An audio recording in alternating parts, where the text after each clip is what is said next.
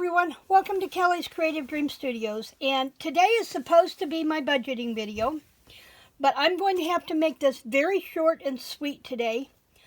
I went in and I checked my HughesNet this morning and I have almost no data left, which means I can still upload, but any length video that I do is going to take forever to upload.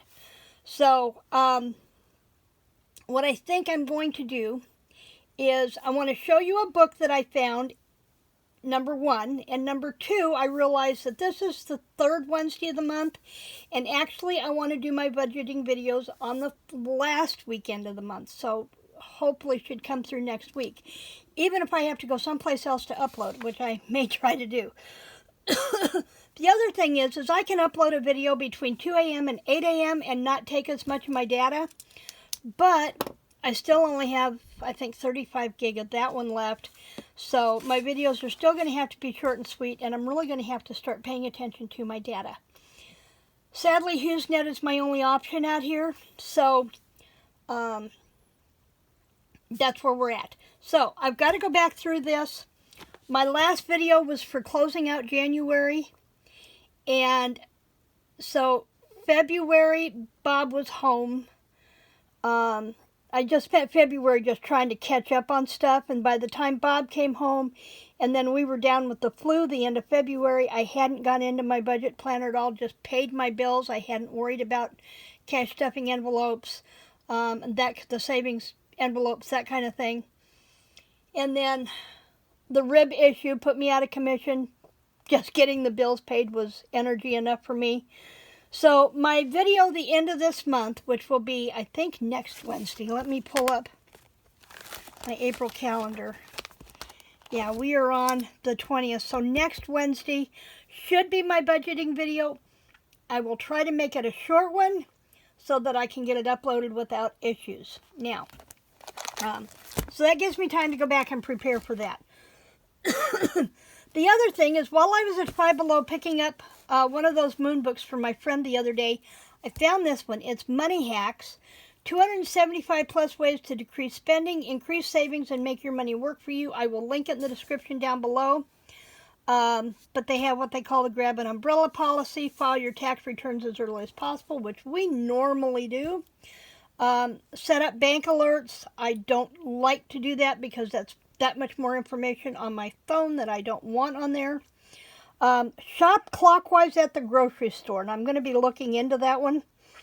Fill your gas tank on Monday. Primarily if gas prices are going to rise, they're going to rise Thursday or Friday going into the weekend when they know more people are going to be traveling.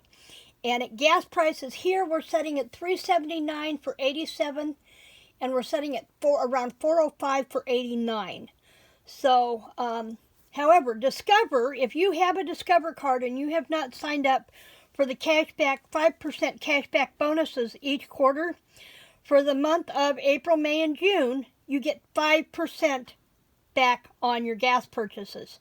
So if you've got a Discover, go into your Discover account, sign up for those quarterlies, and mine goes to my Amazon, and I use it for Christmas and holiday shopping at the end of the year. Start a seasonal side hustle. This one intrigued me, and we're going to talk about those. I think what I'm going to do is I'm going to pull this open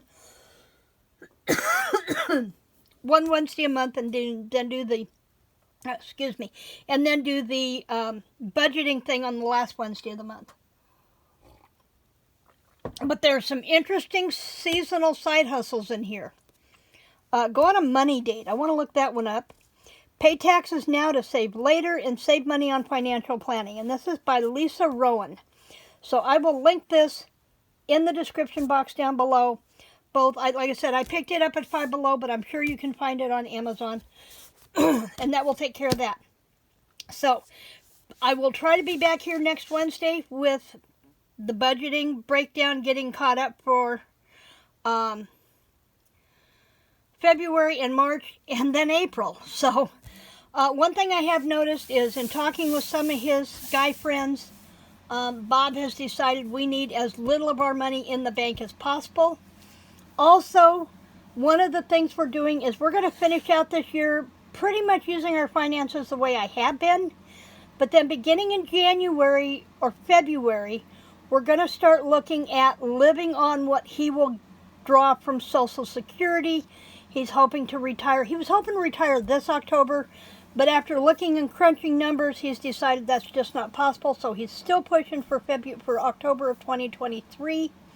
So somewhere around January, February next year, I will have our savings in line, and I will know what money we have, and then we're going to start trying to live on, with the exception of the house payment for now, living on what he will draw, what he would normally draw from Social Security.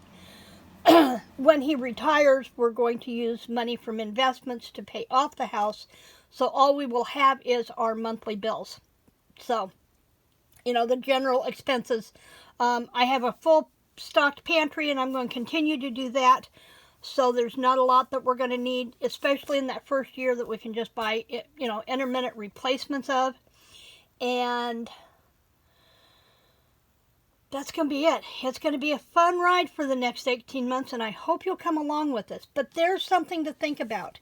If you are looking at retiring, say, in the next 2 to 5 years, get a grasp on what your income would be from Social Security, and take a look at your current finances, and could you live on what you will draw from Social Security? If not, what can you start pulling now to start setting money aside so that you have that buffer? Because here's the thing, and we haven't found out for sure if it's based on what we would take out of our checking account, because that would be considered income. But anything, they have a set amount that you can raise, that you can earn over your Social Security amount. Once you pass that extra line, they will start collecting $2 for every dollar that you earn over that bonus amount. So say if your bonus amount is $1,500 for the month, anything that you make over that $1,500, they're going to take $2 for every dollar you go over that amount. Now, isn't that crazy? So start planning now to see how you can live on what you would be getting from Social Security, so you do not, and hoping that Social Security is still there when you're ready for it, so you don't have to be in that position. I am considering using my other channel, Kelly Hankins, as my prepper channel, so that I can help give you some tips on how to start saving and stockpiling now for those inevitabilities. So that is it for me today. Sorry it's not what I had planned. No video tomorrow. Friday will be a Scrapbook Friday, no, not Scrapbook Friday, the Junk Journal Friday, and I have a plan.